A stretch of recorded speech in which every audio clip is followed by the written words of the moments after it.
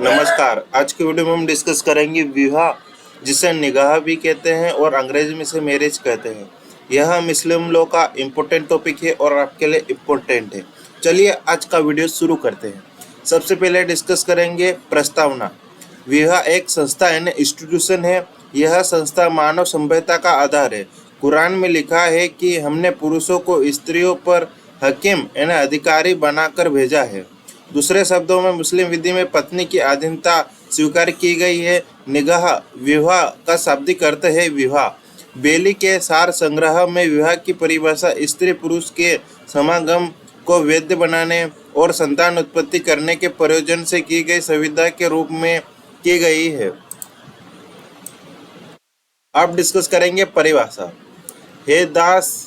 हेदाया के अनुसार विवाह एक वैदिक प्रक्रिया है जिसके द्वारा स्त्री और पुरुष के बीच समागम, मन और बच्चों की उत्पत्ति तथा औषधीकरण पूर्णतः वैध और मान्य होते हैं।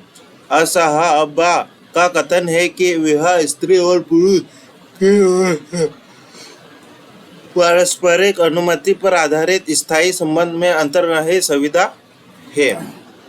अब डिस्कस करेंगे। डॉक्टर मोहम्मद अल्लाह एस जंग कहते हैं कि विवाह सारांश एक सुविधा होते हुए एक श्रद्धात्मक कार्य है जिसके उद्देश्य उपभोग और संतान उत्पत्ति के अधिकार और समाज के हित में सामाजिक जीवन का नियमन करना। अब्दुल रहीम के अनुसार विवाह की प्रथा में इबादत, धार्मिक कर्तव्य, अल्लामलात, व्यवहारिक कृत्य दोनों गुण पाए जाते हैं। अर्थात मुस्लिम रिवाजों के अंतर्गत विवाह सारता एक व्यवहारिक सुविधा होते हुए भी श्रद्धात्मक कार्य करती है। अब डिस्कस करेंगे विवाह के उद्देश्य। तो विवाह के 5 उद्देश्यों का उल्लेख किया जाता है। काम वासना का नियमन, गृह जीवन का नियमन, वंश की वृद्धि, पत्नी और बच्चों की देखभाल और जिम्मेदारी में आत्मसंयम और सदाचार, बच्चों का पालन यह होता है। अब डिस्कस करेंगे विवाह की प्रकृति।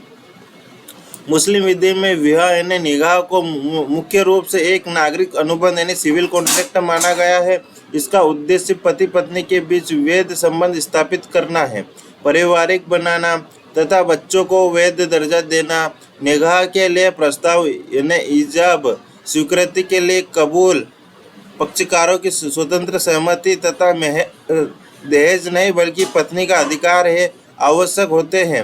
यद्यपि विवाह का धार्मिक महत्व भी है, फिर भी मुस्लिम कानून में इसे एक कानूनी अनुबंध के रूप में मान्यता दी गई है जिसे पति और पत्नी के अधिकार एवं कर्तव्य निर्धारित होते हैं। इसके अतिरिक्त विवाह के समय गवाहों की उपस्थिति और मेहर का निर्धारण करना भी आवश्यक होता है। मेहर वैध होता है।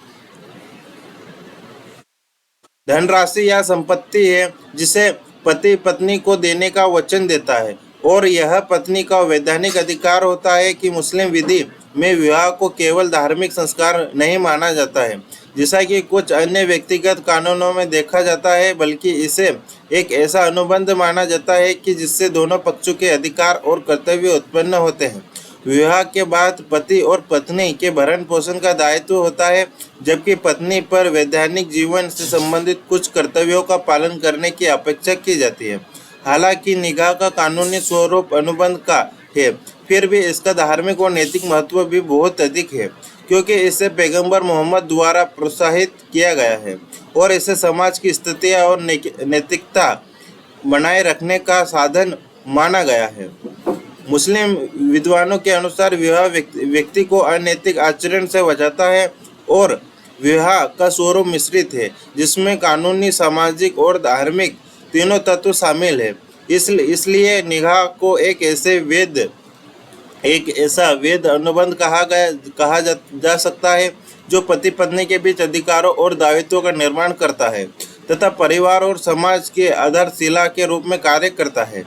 अब डिस्कस करेंगे मान्य विवाह के आवश्यक तत्व यानी जो भी मैरिज है उसके एलिमेंट डिस्कस कर लेते हैं और एलिमेंट इस विवाह के लिए मोस्ट इम्पोर्टेंट है। इसके बिना विवाह वैलिड नहीं माना जाएगा। ठीक है, सबसे पहले एलिमेंट डिस्कस कर लेते हैं। प्रथम एलिमेंट है पक्षकारों की सक्षमता। विवाह करने वाले दोनों पक्ष मुस्लिम विधि के अनुसार विवाह करने योग्य होना चाहिए। जो भी मैरिज कर रहे हैं, कोई सी दोनों पार्टी जो भी मैरिज कर रही है वो मुस्लिम होनी चाहिए और मुस्लिम कानून के द्वारा मान्यता प्राप्त होनी चाहिए और उसके अनुसार योग्य होनी चाहिए। ठीक है, अब डिस्कस करेंगे सेकेंड एलिमेंट है ना, जिसे कहते हैं प्रस्ताव और स्वीकृति, यानी एक्सेप्टेंस और प्रपोजल। ये दोनों भी इम्पोर्टेंट है। एक पक्ष द्वारा विवाह का प्रस्ताव दिया जाना चाहिए तथा दूसरे पक्ष द्वारा उसकी बैठक में उसकी स्वीकृति देना अत्यंत आवश्यक है और अति महत्वपूर्ण है। ठीक है, अब थर्ड एलिमेंट है स्वतंत्र सहमति। दोनों पक्षों की स्वतंत्र सहमति होनी चाहिए तथा किसी प्रकार का दबाव, इन्हें उस पर किसी प्रकार का दबाव नहीं होना चाहिए, धोखा नहीं होना चाहिए या बल का प्रयोग नहीं किया जाना चाहिए। जो भी विवाह हो रहा है उसकी दोनों पार्टियों की स्वतंत्र सहमति होनी चाहिए, उसमें किसी प्रकार का जोर दबाव नहीं होना चाहिए। ठीक है, अब डिस्कस करेंगे गवाहों की उपस्थिति। जो भी आप विवाह कर रहे हो उसके अंदर जो भी सुन्नी कानून है, सुन्नी कानून के अनुसार विवाह करके एक पुरुष 2 महिला गवाहों की उपस्थिति होना अत्यंत आवश्यक है। आप जो भी विवाह कर रहे हो उसमें जो भी है 2 गवाह, आपको गवाहों की आवश्यकता पड़ेगी। उसमें 2 पुरुष गवाह होने चाहिए या 1 पुरुष या 2 महिलाओं की गवाहों की उपस्थिति होनी चाहिए। ठीक है, अब डिस्कस करेंगे फिफ्थ एलिमेंट है मेहर। मेहर पति का वैधानिक अधिकार है और इसका निर्धारण विवाह के समय किया जाना चाहिए। ठीक है, जो भी मेहर है, मेहर एक राशि देती है जो पत्नी के अधिकार को प्रोटेक्ट करने के लिए उसे एक धनराशि प्रदान की जाती है। जो भी मेहर के समय में है उसको एक निश्चित धनराशि प्रदान की जाती है जो उसे मेहर कहते हैं। ठीक है, अब डिस्कस करेंगे सिक्स एलिमेंट है निषिद्ध संबंधों का अभाव। विवाह ऐसे व्यक्तियों के बीच नहीं होना चाहिए जो रक्त संबंध हो, विवाह संबंध हो या दुग्ध संबंध के निषिद्ध श्रेणी में आते हो। ठीक है, अब सेवंथ एलिमेंट डिस्कस करते हैं वैवाहिक बाधा का अभाव। विवाह के समय ऐसी कोई कानूनी बाधा नहीं होनी चाहिए जो विवाह को अवैध बनाती हो। ठीक है, अब डिस्कस करेंगे एट्थ एलिमेंट है मुस्लिम विधि के नियमों का पालन करना। ठीक है, मुस्लिम विधि के नियमों का पालन करना, तो विवाह मुस्लिम विधि के द्वारा निर्धारित नियमों का शर्तों का अनुसार संपन्न होना चाहिए। ठीक है, आप डिस्कस करेंगे केस लो जो कि मोस्ट इंपोर्टेंट और आपके लिए जरूरी है। ठीक है, अब्दुल कादिर बनाम सलीमा का केस बहुत फेमस और लैंडमार्क केस है जो आपके लिए आवश्यक है, आप इसे जरूर देखिए। और अनीसा बेगम बनाम मोहम्मद इस्तफा, ये भी बहुत